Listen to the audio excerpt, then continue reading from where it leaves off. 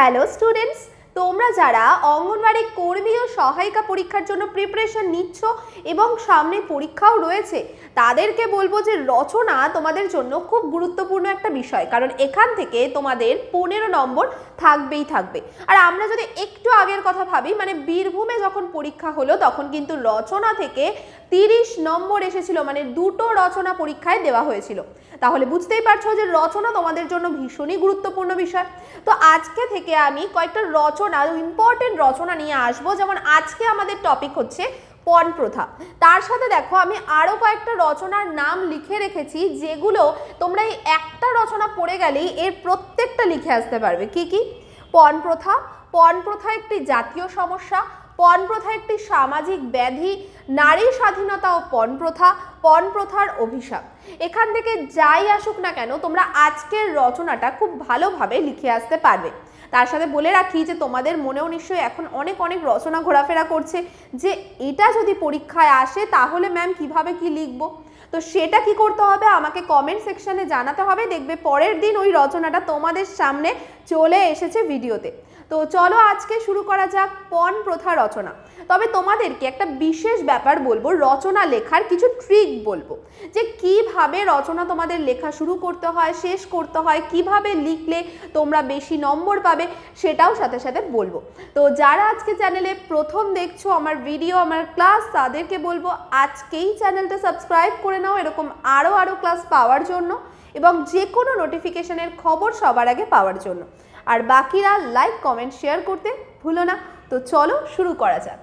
প্রথমেই যখনই তোমার পরীক্ষায় একটা প্রশ্ন তুমি দেখলে পণ প্রথা, তোমার কাজ হলো যে একটা তুমি পয়েন্ট তৈরি করে নাও যে তোমার রচনার মধ্যে তুমি কি কি পয়েন্ট ইনক্লুড করবে। তো সেটা কিভাবে তৈরি করবে, দেখো তোমাদের যে পরীক্ষার খাতা হবে সেখানে রচনার জন্য একটা স্পেস দেওয়া থাকবে। যেহেতু তোমাদের 120টা শব্দের মধ্যে রচনা, স্পেসটা কিন্তু খুব বেশি বড় হবে না। ধরে রাখো যে তোমার কাছে একটা পৃষ্ঠা আছে, এখানে তোমার রচনার প্রশ্নটা আছে যেখানে লেখা পণ প্রথা। এবার তুমি কি করলে, মনে মনে ভাবলে যে পণ প্রথাকে তুমি কি ভাগে ভাঙতে পারো। যেমন ধরো ভূমিকা লিখতে হবে একটা, পণ প্রথার ইতিহাস থেকে শুরু করলে, কারণ আজকে নতুন তো কোনো বিষয় নয়, এটা তো অনেক দিন ধরে একটা চলে আসা বিষয়। তাহলে পণ প্রথার ইতিহাস, সাম্প্রতিককালে এখন বর্তমানে এর অবস্থাটা কীরকম, তাহলে সাম্প্রতিককালে পণ প্রথার রূপদান। নেক্সট হচ্ছে পণ প্রথার বিরুদ্ধে কি কি আইন রয়েছে আমাদের, সেই আইনগুলো। এখানে কিন্তু আমাদের একটু ইনফরমেশান জানতে হবে, যার জন্য আজকের ভিডিওটা দেখতে থাকো, এখানে আমি কিছু ইনফরমেশান দিয়ে দেবো। আর তার সাথে হচ্ছে উপসংহার। একটা রচনার মধ্যে যেমন থাকবে যে মানবিকতা, যে পণ প্রথা যখন দিচ্ছে পণ প্রথা সম্পর্কে তোমার কি ধারণা, তুমি কি মনে করো একে নিয়ে, তেমন এর সাথে কিছু ইনফরমেশান থাকলে কিন্তু তোমার মার্কস অনেক বেশি হয়ে যাবে। তাই জন্য এই যে আইনের পয়েন্টটা কিন্তু খুব গুরুত্বপূর্ণ। এবার এটা কোথায় লিখবে, এটা ডাইরেক্ট কিন্তু তোমার উত্তরপত্রে লিখবে না। এই যে পয়েন্টগুলো তোমাদের একটা রাফ পেজ দেওয়া হবে অঙ্ক করার জন্য, সেখানে তোমরা এই পয়েন্টগুলো ছোট ছোট করে লিখে নাও আগেই, যাতে কিনা তোমাদের রচনাটা লিখতে সুবিধা হয়। আর কিভাবে ভাগ করবে, তোমার কাছে 120টা শব্দ আছে, তার জন্য তুমি ধরে নাও যে এখানে আমি 5টা পয়েন্ট করেছি, 5টা পয়েন্টে 20টার আশেপাশে শব্দ রাখার চেষ্টা করবে। এবার তার থেকে একটু কম বেশি তো হবেই, আমি আজকে তোমাদের একটু বেশি করেই দেখিয়ে দেবো, যাতে কিনা তোমরা ভুলে গেলেও এটা ভালো করে 120টা শব্দের মধ্যেই লিখে আসতে পারো। তো চলো দেরি না করে শুরু করা যাক ভূমিকা। তার আগে তোমাদের একটু ছোট্ট করে বলে রাখি পণ প্রথা কি। তোমরা আশা করি সবাই জানো যে আমাদের যখন কোনো বিয়ে হয়, কোনো বিবাহ বন্ধনে আবদ্ধ হয়, তখন কি হয় যে যে কন্যা পক্ষ রয়েছে, মানে পাত্রীপক্ষ, যে তাদেরকে কি করতে হয় যে বিয়ের সময় কিছু যৌতুক দিতে হয়। সেটা টাকা পয়সা হিসাবে হোক বা অন্য কোনো আসবাবপত্র হিসাবে হোক, কিছু টাকা বা কিছু আসবাবপত্র যৌতুক হিসাবে দিতে হয়। এবং এই যে প্রথাটা, এটাকেই বলা হচ্ছে পণ প্রথা। তো চলো শুরু করা যাক আজকের রচনা। প্রথমে তুমি ভূমিকায় শুরুতেই একটা উক্তি লেখার চেষ্টা করবে। যেমন আজকের উক্তি কি, যাব না বাসর কক্ষে বধূ বেশে বাজায় কিঙ্কিনি, রবীন্দ্রনাথ ঠাকুর। এবং এই থেকে নিয়ে তোমার শুরুটা হবে। এই যে লাইনটা রয়েছে এর মানে কি, যে আমি বাসর কক্ষে যাব না। কোনো বধূ যখন বাসর কক্ষে যাবে না বলছে, এটা কেন বলছে, সেখান থেকেই কিন্তু সেই প্রশ্ন থেকেই কিন্তু এর ভূমিকাটা শুরু করো। কীরকম, কেন নারীর বধূ জীবনের প্রতি এই অনাসক্তি, কেন তার হৃদয় মথিত এই অভিমান, নির্মম নিষ্ঠুর কোন সামাজিক প্রথা যুগে যুগে নারী জীবনকে অশ্রুময় করেছে? এবার এর উত্তর কি? পণ প্রথাই হলো হৃদয়হীন সমাজের সেই নির্লজ্জ নারীর নিপীড়নের অন্যতম হাতিয়ার। এই হলো আমাদের ফার্স্ট প্যারা। ঠিক আছে, কিভাবে শুরু করলাম? একটা উক্তি, সেই উক্তি রিলেটেড একটা কথা, পণ প্রথা চলে আসলো। এবার আসি, পণ প্রথা কি? মনুষ্য জীবনে বিবাহ একটি সামাজিক বন্ধন। ব্যক্তি ও পারিবারিক পরিমণ্ডলের শান্তি ও শৃঙ্খলা আনয়নে বৃহত্তর সমাজের কল্যাণ সাধনই এর উদ্দেশ্য। পণ প্রথা কোথা থেকে আসছে? বিয়ে থেকে। তার মানে বিয়ে মানেই কি খারাপ? না, বিয়েরও কিন্তু একটা উদ্দেশ্য আছে। সেটা কি উদ্দেশ্য? একটা মহৎ উদ্দেশ্য আছে, যে দুটো পরিবারের মধ্যে একটা সুশৃঙ্খল একটা মিলন, শান্তি শৃঙ্খলা আনয়ন। মানে সমাজে বলতে পারো যখন কারোর বিয়ে হয় না, আনম্যারিড আমরা যেটাকে বলি, তখন কি হয়, একটা ছেলের যে ব্যাচেলর লাইফ লিড করে সেটা কিন্তু শৃঙ্খলাময় হয় না। যখন সে বিবাহে আবদ্ধ হয়, একটা তার সংসার তৈরি হয়, একটা সংসার জীবন আসে, তখন কিন্তু তার জীবনে একটা শৃঙ্খলা চলে আসে, দায়িত্ববোধ চলে আসে। তাহলে এর জন্যই কিন্তু বিবাহ। কিন্তু সেখান থেকেই উঠে আসে পণ প্রথা। এই মহৎ উদ্দেশ্যকে কালিমা লিপ্ত করেছে পণ প্রথা। বর্তমানের বিজ্ঞান উজ্জ্বল দিনে সর্বপ্রকার মানবতা বিরোধী বন্ধন মুক্তির আলোকিত বিশাল প্রান্তরে আজও কত নিরুপমাদের চিতা জ্বলছে। পণ প্রথা সমাজে এক অভিশাপ হয়ে নেমে এসেছে।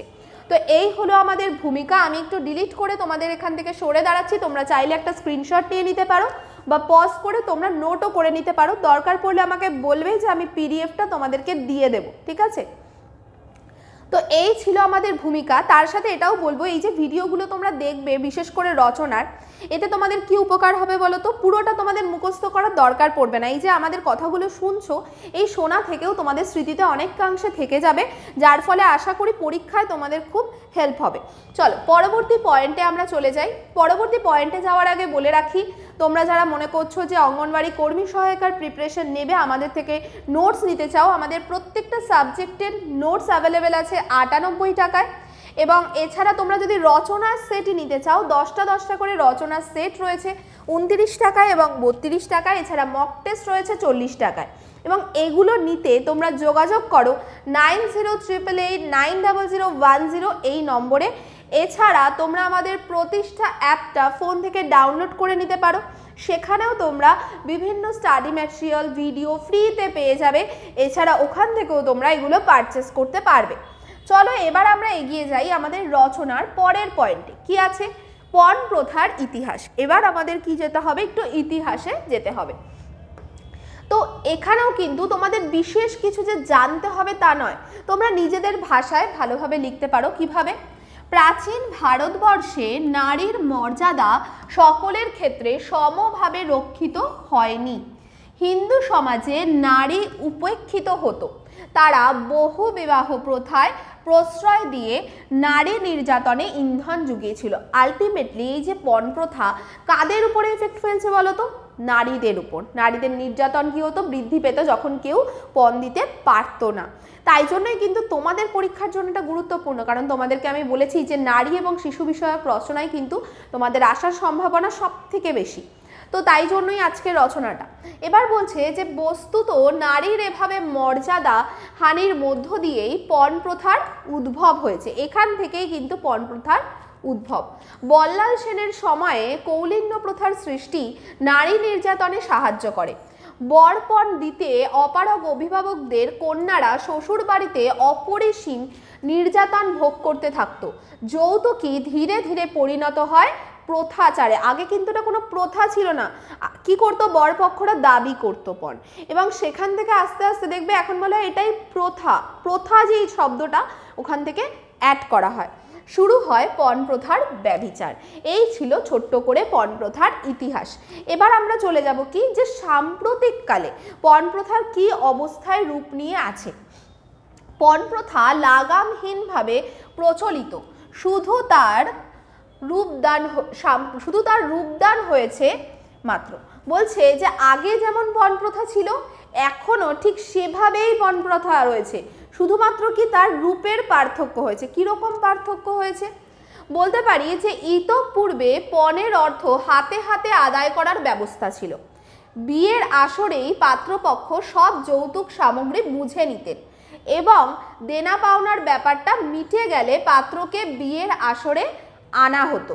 এমনকি এরকমও হয়েছে আগেকার দিনে যে বিয়ের আসরে দেখা যাচ্ছে যে কন্যাপক্ষ যেটা বলেছিল সেই পণ দিতে পারছে না বলে বরকে তুলে নিয়ে যাওয়া হচ্ছে বিয়ের আসর থেকে, মানে বিয়েটাই হতে দেওয়া হচ্ছে না শুধুমাত্র পণ দিতে না পারার জন্য। এবং এখন বর্তমানে আসল ব্যাপারটা প্রায় কিছুই বদলায়নি, শুধুমাত্র সব কিছুর উপর ভদ্রতার মুখোশ এঁটে দেওয়া হয়েছে। মানে এখনও কিন্তু সেটাই রয়েছে, এখন কি হচ্ছে, একটা মুখোশের আড়ালে সব কিছু হচ্ছে। আর এই মুখোশটা আনার কারণ কি জানো? কারণ হচ্ছে কিছু আইন, যেটা বলেছিলাম সেই পয়েন্টটাও আমরা আসবো। তবে কীরকম মুখোশ সেটা দেখি।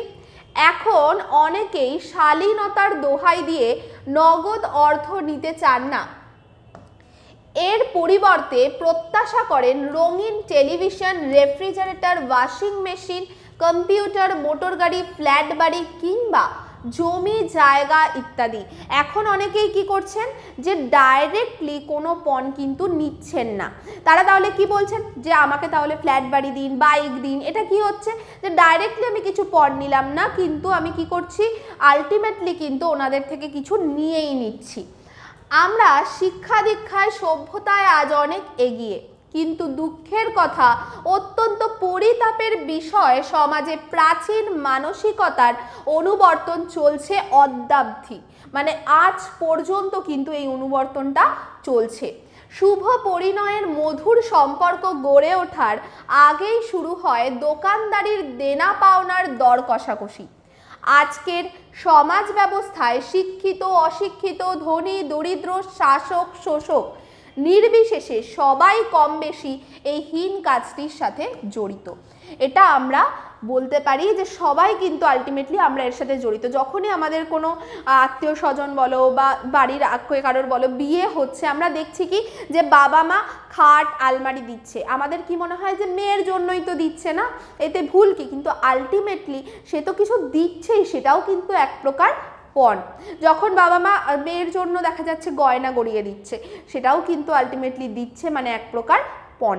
ঠিক আছে, তো আলটিমেটলি সবাইকে এর সাথে জড়িত। একটু সরে গেলাম, তোমরা চাইলে স্ক্রিনশট নিয়ে নিতে পারো অথবা লিখে নিতে পারো। আমি আগের পয়েন্টটাতেও দেখাবো, আগের পয়েন্টটাতে একবার চলে যাই। এই হচ্ছে এটা, এই পয়েন্টটাও তোমরা স্ক্রিনশট নিতে পারো। ওকে, চলো এবার চলে যাচ্ছি পরবর্তী পয়েন্টে। পরবর্তী পয়েন্টে যাওয়ার আগে তোমাদের বলে রাখি, যারা মনে করছো যে তোমরা পরীক্ষার জন্য সঠিকভাবে প্রিপারেশন নিতে চাও, ক্লাস করতে চাও, তাদেরকে বলছি যে আমাদের অনলাইনে ক্লাস করানো হচ্ছে বেঙ্গল কম্বাইন্ড ব্যাচে। এখানে তোমরা অনলাইনে যেমন ক্লাস করতে পারবে, নোটস পেয়ে যাবে, রেকর্ডেড ভিডিও পেয়ে যাবে, মক টেস্টও পাবে।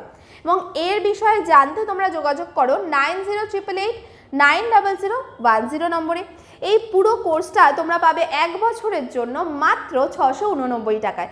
এখানে তোমাদের মাসিক কোনো ফিসও দিতে হচ্ছে না। তো চলো পরবর্তী পয়েন্টে যাওয়া যাক।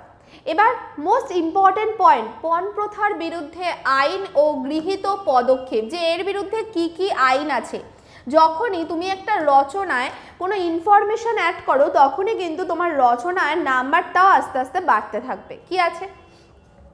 বর্তমানে আমাদের দেশে নারী নির্যাতন নিরসনকল্পে আইন রয়েছে। কি আইন? যৌতুক নিষিদ্ধকরণ আইন 1980। এই আইনে বলা হয়েছে যে পণ প্রদান অথবা গ্রহণ কিংবা দাবি করা একটি শাস্তিযোগ্য অপরাধ। এটা কিন্তু খেয়াল করবে, যে পণ নিচ্ছে সে যেমন অপরাধী, যে পণ দিচ্ছে সেও কিন্তু সমান অপরাধী। এছাড়া কি, এক্ষেত্রে শাস্তি হচ্ছে কারাদণ্ড কিংবা জরিমানা। কিন্তু স্বেচ্ছা প্রণোদিত যৌতুক দানের নাম করে আইনের চোখে ধুলি নিক্ষেপের যে আয়োজন হয়েছে, তার দৌলতে প্রায়শই দেখা যায় যে বিচারের বাণী নীরবে নিভৃতে কাঁদে। এবং এই লাইনটা কিন্তু আমি দেখো এই যেই কমার মধ্যে রেখেছি, তার কারণ এটা কিন্তু একটা রবীন্দ্রনাথ ঠাকুরেরই একটা তোমার পদ্যের যে কবিতার থেকে নেওয়া হয়েছে। ঠিক আছে, আইনে অপরাধীদের শাস্তির বিধান থাকলেও কার্যক্ষেত্রে এর প্রয়োগ হচ্ছে না। তো চলো পরবর্তী পয়েন্ট দেখবো, তার আগে তোমরা এটা স্ক্রিনশট নিয়ে নাও, এই স্ক্রিনশট নিয়ে নাও।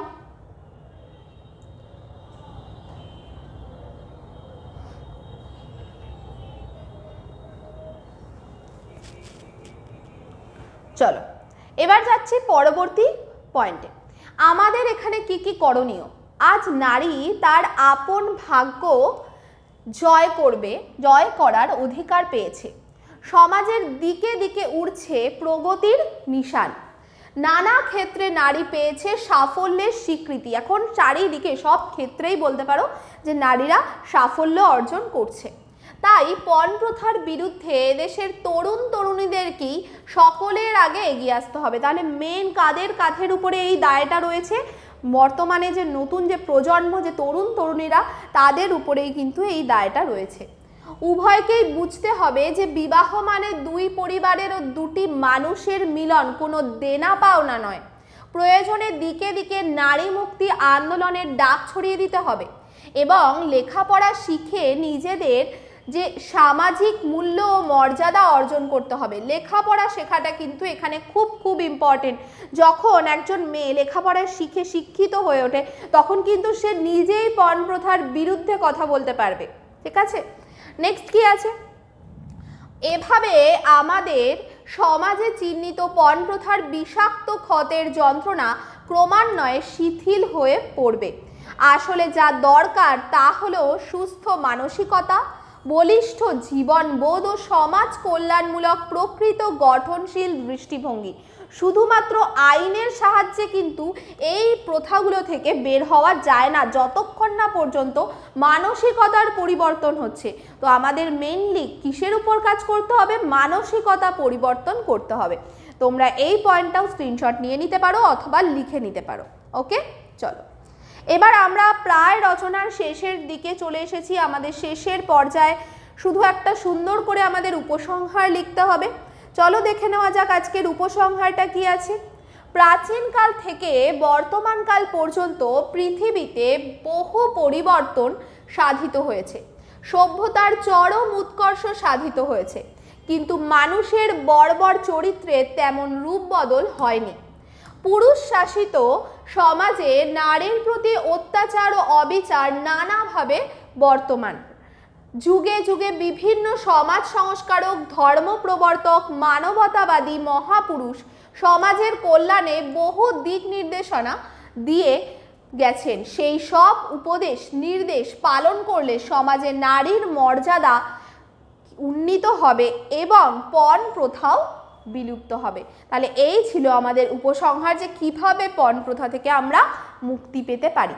আশা করি তোমাদের বোঝাতে পারলাম যে একটা রচনা কিভাবে স্টেপ বাই স্টেপ আমাদের লিখতে হবে এবং সেই স্টেপগুলো যদি তোমরা পরপর ফলো করো তাহলে দেখবে তোমাদের রচনাটা এমনিতেই খুব সুন্দর হয়ে যাবে। আর একটা জিনিস আশা করি তোমরা নোটিস করেছো, আমি যে ভাষায় লিখেছি সেই ভাষাগুলো যতটা সম্ভব তোমরা সুন্দর করে লেখার চেষ্টা করো। একদম চলতি ভাষায় আমরা যেভাবে কথা বলি সেটাকে একটু এড়িয়ে চলো, তাহলে দেখবে তোমার রচনাটা অন্যদের থেকে কিন্তু একটা আলাদা মাত্রা লাভ করবে। আশা করি বোঝাতে পারলাম। তো আজকের ক্লাস এই পর্যন্তই। সবাই ভীষণ ভালো থেকো, আর যার যে রচনা প্রয়োজন হচ্ছে কমেন্ট করে দিও। চলো আসলাম, থ্যাংক ইউ।